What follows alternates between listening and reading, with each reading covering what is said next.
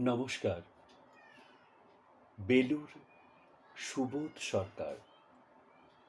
আমি একটি কোণায় দাঁড়িয়ে দেখছিলাম দুটি ছেলে গেরুয়া বসন পরে মন্দিরের সিঁড়ি মুছছিল।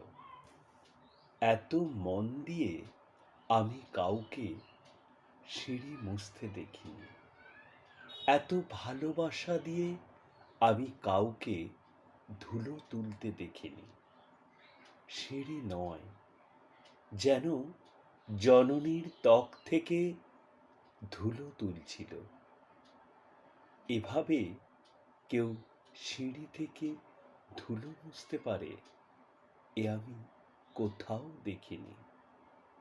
স্থিতপ্রজ্ঞ মহারাজকে জিজ্ঞাসা করলাম, এই ছেলে দুটি কে?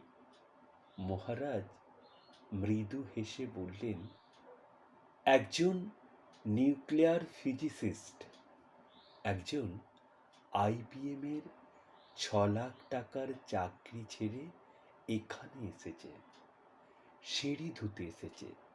যে সিঁড়ি দিয়ে মানুষ ওপরে ওঠে তা যেন পরিষ্কার হয়। মহারাজ চলে গেছেন, সন্ধ্যা নেমে আসছে গঙ্গায়। আমার ভেতরেও নামছে সন্ধ্যা।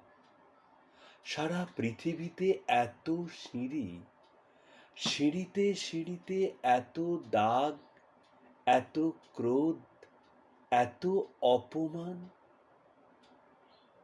আরতি শুরুর আগে মনে হলো,